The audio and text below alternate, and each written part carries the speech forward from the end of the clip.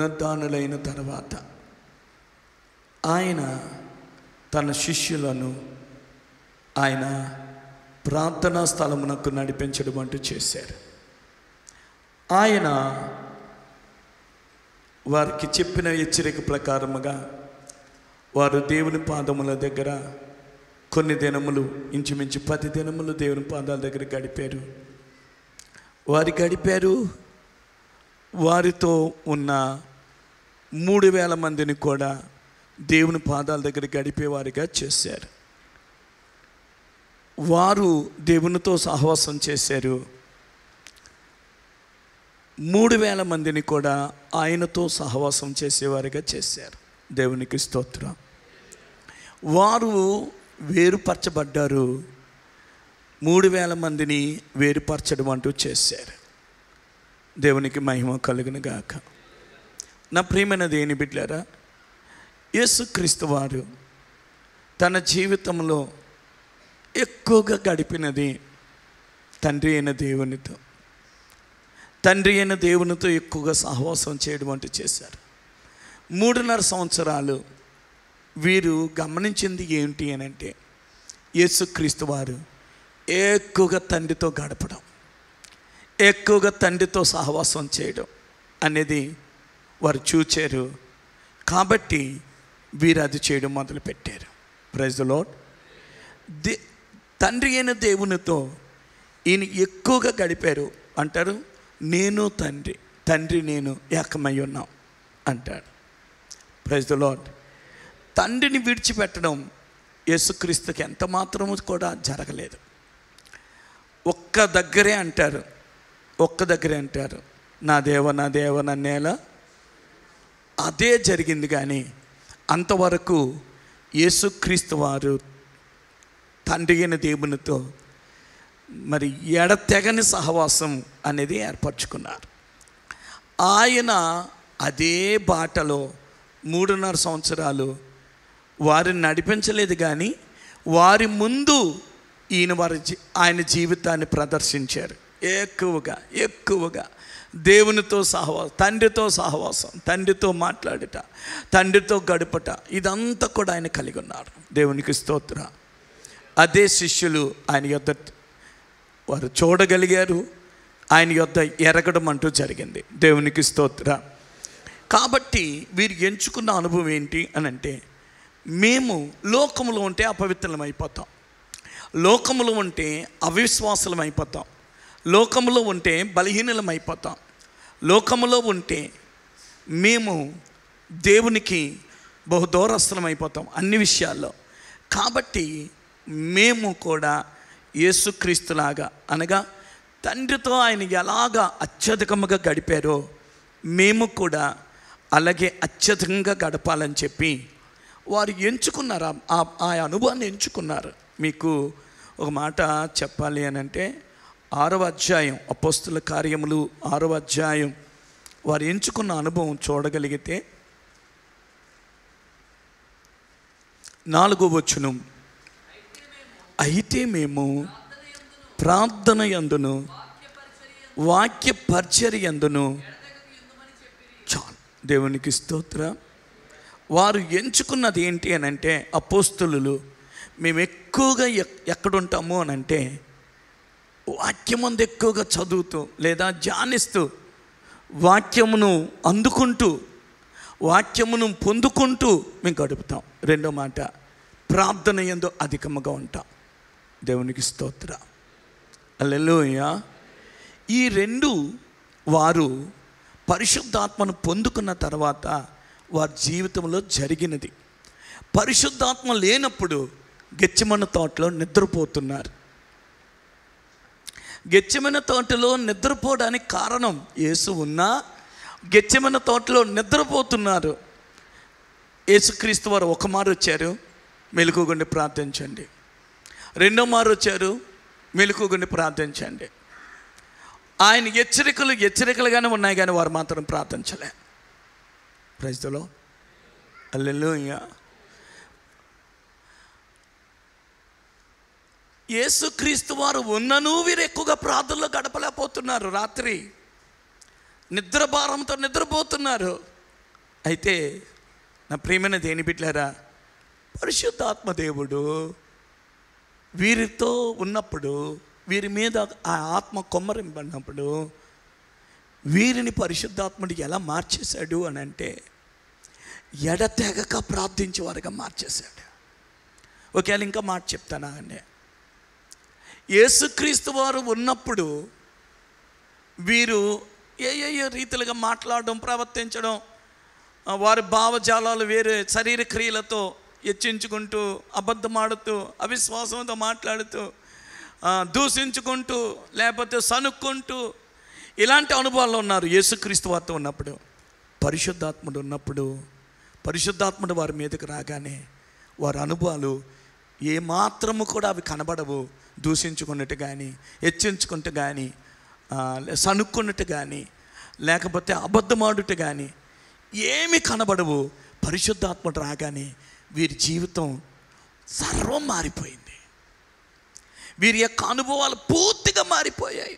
మాట, స్వభావం, ప్రవర్తన, క్రియలు, ఆ యొక్క జీవిత విధానం అంతా మొత్తం మారిపోయింది. వీరు నా ప్రియమైన దేని బిడ్డలారా, అధికముగా ప్రార్థించటంలో విసుగు అనేది లేకుండా ఉన్నారు.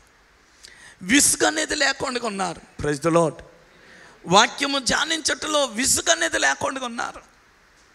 నా ప్రియమైన దేని బిడ్డలారా, అంటే పరిశుద్ధాత్ముడు రాగానే పేతురు అపోస్తలుల అనుభవం ఏమైపోయిందంటే, మేము ఎక్కువగా దేవునితో గడపాలి, మేము ఎక్కువగా దేవునితో మాట్లాడాలి, మేము ఎక్కువగా దేవునితో సహవాసం చేయాలి, మేము ఎక్కువగా దేవుని పాదాల దగ్గర ఉండాలి. Praise the lord.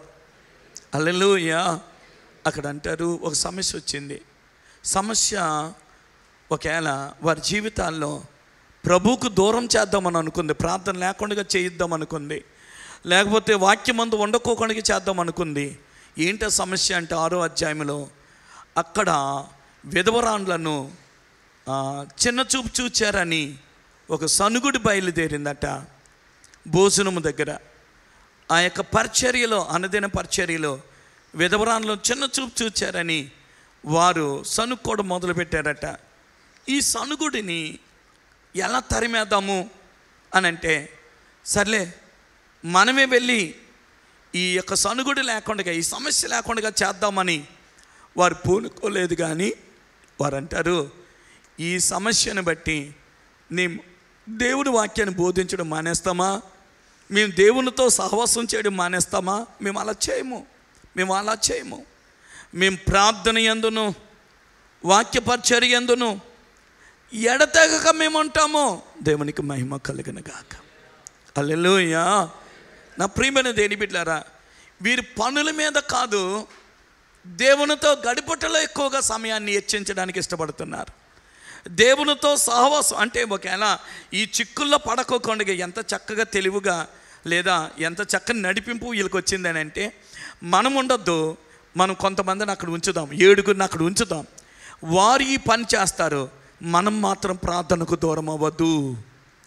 నేను మాత్రం ప్రార్థనకు దూరం అవును, నేను మాత్రం వాక్య ధ్యానానికి దూరం అవును, నేను మాత్రం దేవుని సహవాసానికి దూరం అవును.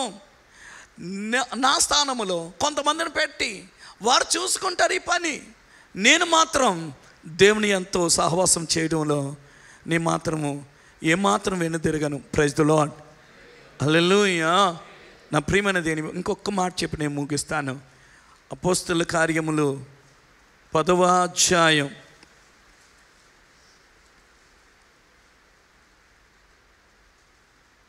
అపోస్తలుల కార్యములు 10వ అధ్యాయం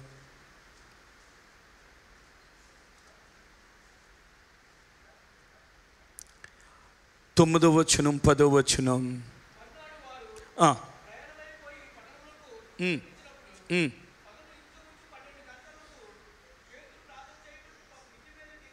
పేతురు ప్రార్థన చేయుటకు మిద్ది మీదకి ఎక్కెను.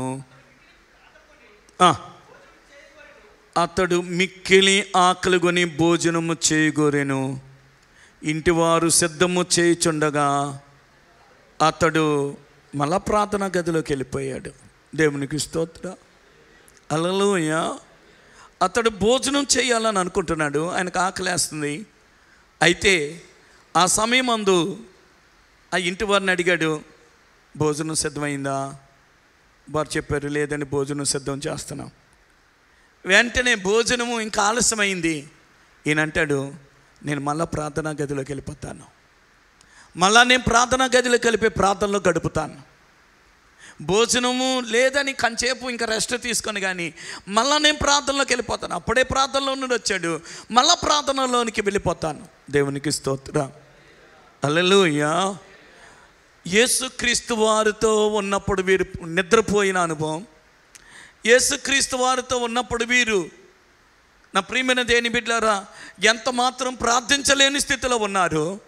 ప్రార్థన వారికి వస్తలేదు, ప్రార్థన వారు చేయలేకపోతున్నారు, ప్రార్థన చేయడానికి ఇష్టం లేదు, ప్రార్థనలో ఉండడానికి ఇష్టం లేదు, వారు నిద్రపోవడం అంటూ జరుగుతుంది. కానీ పరిశుద్ధాత్ముడు అలా చేయలేదు.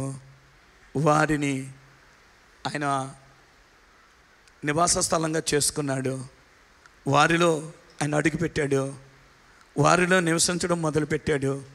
పేతురు, నీ నోరు ఒట్టిస్తే చాలు, నాకు నేను నీ చేత అనర్గళమైన ప్రార్థన చేయిస్తాను. రోమాపత్రిక 8వ అధ్యాయం 26వ వచనం. పేతురు, నీ దేహం ఇస్తే చాలు, పేతురు నీ నోరిస్తే చాలు, పేతురు నీ అవయవాలు ఇస్తే చాలు, నేను బలపరుచుకుంటాను. నేను ఊహించలేని ఉచ్చరింప సఖ్యం కానీ మూలుగులతో నీలో నుండి నేను ప్రార్థన చేస్తాను. నువ్వు కేవలం మోకరిస్తే చాలు, పనుల నుండి దూరం అయితే చాలు, నిద్ర నుండి దూరం అయితే చాలు, నీ దేహంను ప్రార్థనా గదిలో ఉంచితే చాలు, నేను ఊహించని రీతిగా ప్రార్థన జరిపిస్తాను. Praise the lord. చదువుకుందాం 26వ వచనం. అటువలే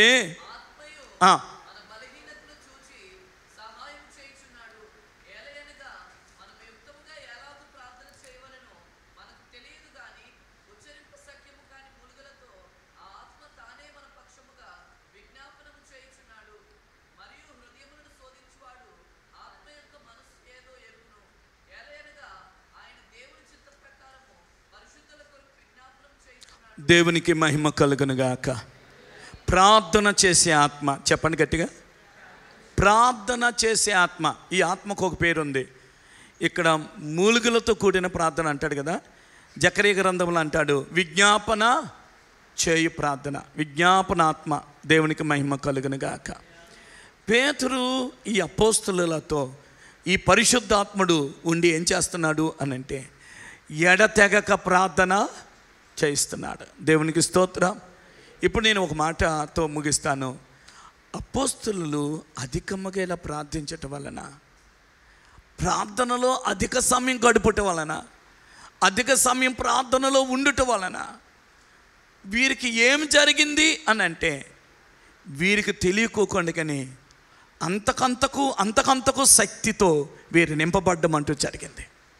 అందుకే పేతురు అంటాడు, వెండి బంగారములు మా యొద్ద లేవు, మేము కలిగినదే నీకు ఇచ్చొచ్చున్నాం. ఏం కలిగి ఉన్నావు అని అంటే, దేవునితో ఉండి దేవుని శక్తిని పొందుకున్నాం. దేవునికి స్తోత్రం. దేవునితో ఉండి దేవుని ప్రభావాన్ని పొందుకున్నాం. దేవునితో గడిపి దేవునినే ధరించుకోవడం జరిగింది. దేవునికి మహిమ కలుగునుగాక. ప్రార్థన చూసుకుందాం.